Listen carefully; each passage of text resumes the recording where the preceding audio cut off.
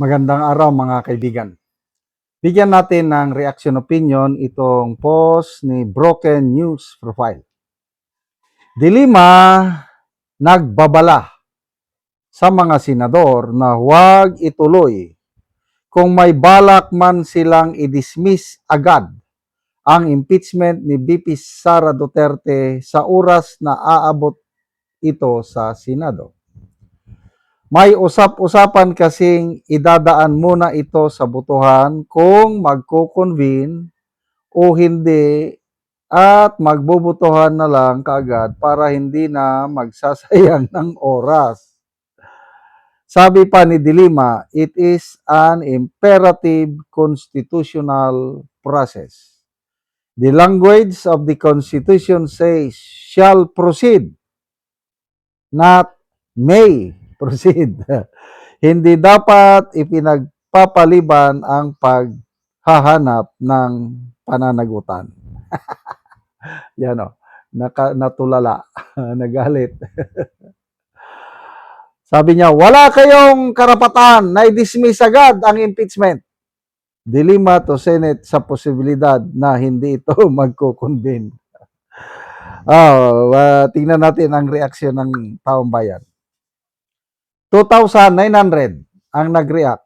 2,600 ang natatawa. 200 ang galit. 132 lang ang nag-like sa kanya. Meaning, karamihan, halos 99% ayaw nang matuloy ang impeachment trial ni VP Sara. May nabasa kong post, pahayag ni Senator Lacson, sabi niya, kung majority daw sa mga senador, meaning 13, boboto na huwag i-convene ang impeachment court, pwede. Wala na daw trial. Bakit? Nakikita naman na mababasura ang impeachment ni VP Sara kung ituloy ang trial, alam na ang boto ng mga senador. Siyam lang ang senador na kailangan ni VP Sara para manalo siya, para ma-acquit siya. Sobra ng siyam ang mga senador na kahit balik-baliktarin mo pa man ang mundo, talagang not guilty or acquittal ang boto nila. Kaya, hindi mo masisi yung mga nag-iisip na wag nang i-convene dahil sayang lang ang panahon. Kung ako ang tatanungin ninyo, gusto kong matuloy. Dahil para fair and square ang labanan. Hindi sa, takot yan si Sara. Dahil kakampanyang mga senador na marami, hindi na ipinatuloy ang trial niya.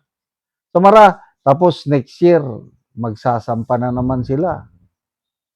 Kaya ako, huwag nang i-dismiss, i-trial na. Saya ang panahon, sige lang.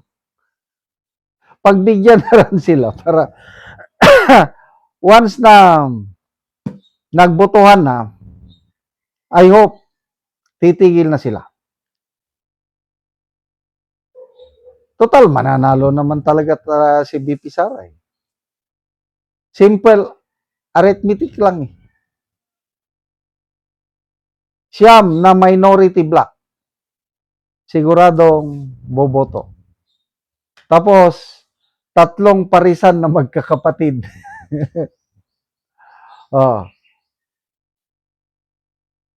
Sa siyam pala, nandun na si Cayetano. So, siyam. Pia Cayetano.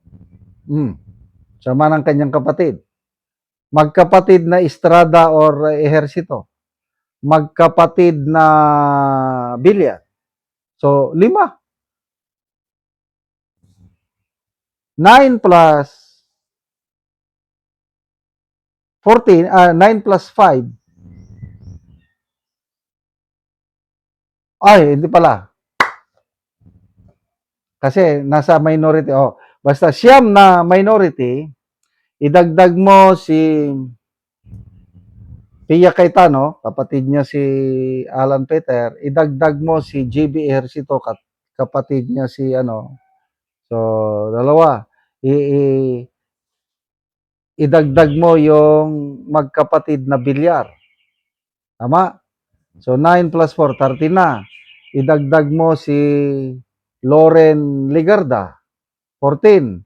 Idagdag mo si Senator Mig Zubiri, 15. Yan yung bilang ko.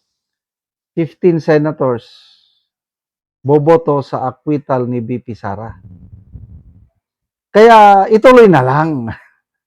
Huwag po kayong matakot, Congresswoman De Lima. Pagbibigyan namin kayo. Magkakaroon po ng trial. Kaya galingan ninyo. Kasi isa daw ito si Congresswoman De Lima sa mga prosecutors. Gusto kong makita yung balitaktakan, bangayan sa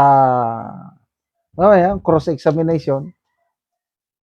Lalo na yung pagtayo ni na sa witness stand. Una mang magpre-present ng ebidensya or witnesses ang prosecution. So iharap nila si Madriaga, Trillanes, AMLAC Director, I don't know, Ombudsman ba, NBI. Gusto kong makita kung paano i-cross-examine ng mga magagaling na trial lawyers ni BP Sara itong mga testigo ng Kamara. Gusto ko rin makita gaano kagaling si Ridon. Kasi si Ridon, isa sa mga prosecutor, i-cross-examine naman niya ang mga testigo ni BP Sara. So gusto kong makita sino-sino yung mga testigo ni BP Sara. May idea na ko yan tungkol sa paggamit ng confidential funds. May pasabog si BP Sara yung mga testigong ilalabas niya. Kaya gusto kong matuloy ang impeachment trial. So don't worry, Congresswoman De Lima, kasama mo ako sa nananawagan na huwag i-dismiss ang trial, dapat ituloy ang trial sa Senado. Salamat mga kaibigan sa inyong pagsubaybay sa channel na ito. Nakakatulong kayo ng malaki sa tribong Talandig ng Bukidnon dahil ang sweldo natin sa channel na ito is pantulong po sa tribo. Namimigay tayo ng libreng yero at pako para makapagpatayo sila ng mas maayos na tirahan. Panoorin nyo ang video na ito. Yang among nataga ano gero mag-atop na ni siya karon sa iyang ipatindog nga balay. Nakina sa ipipandok do ka atsang ko din ang gaid ug makasabot. So mo na ni ang iyang gipatindog nga balay.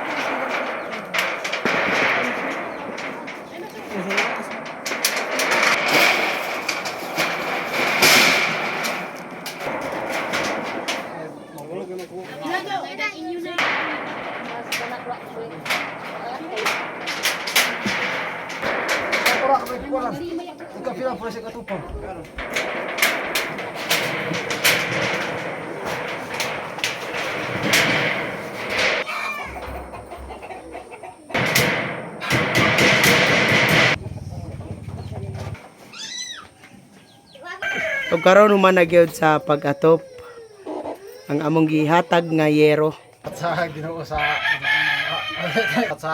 sa nakatag sa ako usin. Kung walang yatag wa pa ko walay.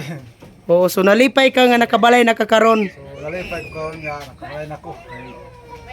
tungod lagi sa kuan hatag sa kalisod kutub ra gyud sa kaon.